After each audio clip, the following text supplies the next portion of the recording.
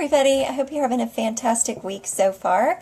Today I want to talk to you more about our Live Delighted series with how to immerse yourself in life. It is easy to think of every day as being yet another drudgery.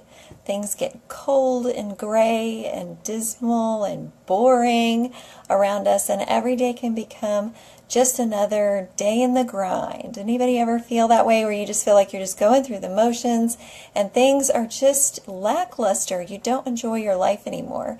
Well, choosing joy isn't necessarily just about changing your job or going someplace different, because what we take with us matters more than where we are and where we work. Now, it is important to look for a fulfilling job, a safe job environment, something that isn't entirely toxic, but that isn't really the most important element at living with joy. You can be someone who's a stay-at-home mom and choose to live with joy or without joy, based on how you choose to wrap yourself in life in the midst of it. And sometimes when we're stuck in a place where we can't get out of our work, or we can't get out of the home life that we're in just yet because we're struggling with things, we need to do some things to help us have happiness in the midst of a less than ideal situation. And there are some things that we can do to improve how we immerse ourselves in life no matter where we are. We do have control over certain elements in our life, and you can take some tips and some steps to help improve your experience every day, everywhere that you are.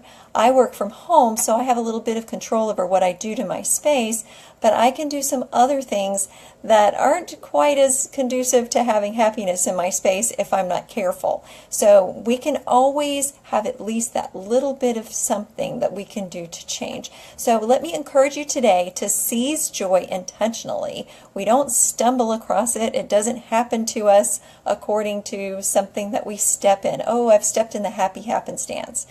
We have to look for it. We have to cling to inspiration ruthlessly. It doesn't come by mistake. So try to look for that happiness and hold on to it with both hands, and do the best you can with as many things as you do have control over to help you make it through times that are not as pleasant. So one thing that you should try to do whenever possible, if you're not in the middle of a snowstorm like some people are up north, get out. Get out if you can and get in some sunshine. Get in the outdoors when the weather permits and try to experience some fresh air. It's been shown by research that sunshine actually changes your mood. And if you can't go outside, at least try to get near some windows where you can look outside, or bring the outside in. Do some things artificially to your environment to bring your outside in. We need to connect with nature. It's part of who we are. And if you don't have any of that in your environment that you're in every day, your body is going to naturally miss that. Your brain will miss that. I am an herbomaniac, I guess, a herbicidal maniac, so I normally kill things. But I have these little plants that I bring into my workspace.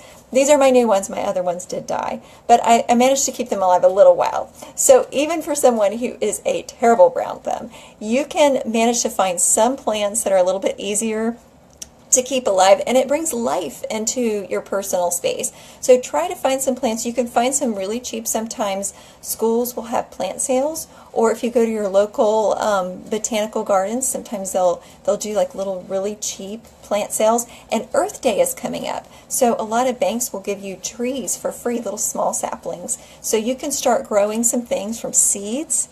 That's not the easiest way to start, but if it's the cheapest. So if you have a budget, you can always find something, a little cutting or something that you can grow. These are my little succulents. I got all 4 of these for like $6. I already had the containers because, like I said, I killed their predecessors. But these bring life and space into my environment, and they're inspiring to me because I call them my fairy gardens, and I can keep them alive a little bit longer because they're in a terrarium and things don't die as fast in a terrarium. So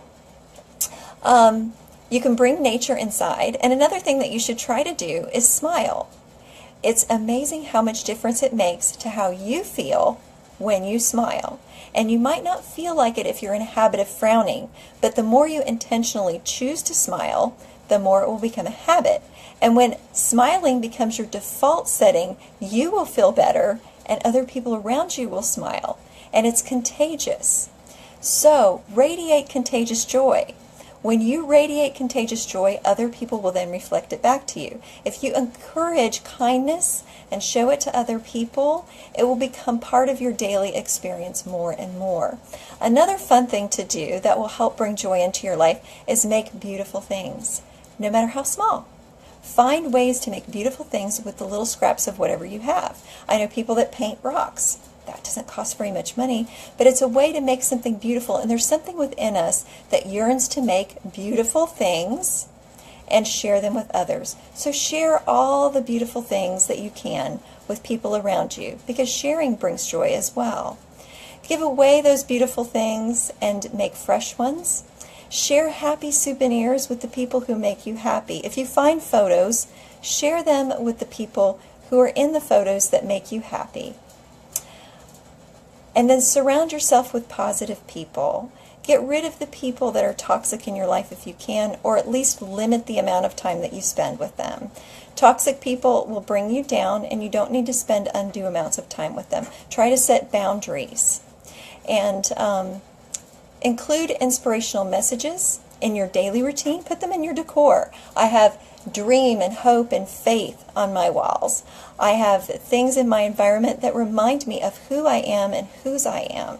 So if you read things that are inspiring, like I will read scriptures every morning, I will pray every morning.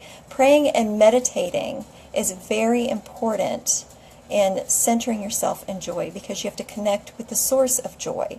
And if you don't take the time to pour out all of the things that are toxic from your soul and let them go in your meditation time, then you will carry those with you into the next day. So take the time to breathe out the negative thoughts, the negative stresses, and let them go, and pray to be filled back up with something positive. And put those things in your environment intentionally. You should also try to observe all forms of life with thankfulness. People, animals, plants. Look out the window. Find people that you can see and observe, and be thankful for how they are created. The good things. Look for the good things. I saw a cardinal yesterday in the yard and watched him for a while, and it's life-giving to observe life. So look for life and observe it. Make that intentional. Another thing that you can do is add water feature to your space, a little fountain, or looking out. If you have a water feature outside your house, you're very lucky to have that, but make sure you take the time to observe that and pay attention to that, and just let that be a life-giving place for you. Add some music or nature sounds to your workspace, to where you are every day. Adding music and nature sounds can give life to your space. Take the time to be praising and thankful out loud. Take time to play. We don't play enough as grown-ups, and we're still made for play. Play is how you build relationships with people. I try to stay playful in my relationship with my husband, because that keeps us connected.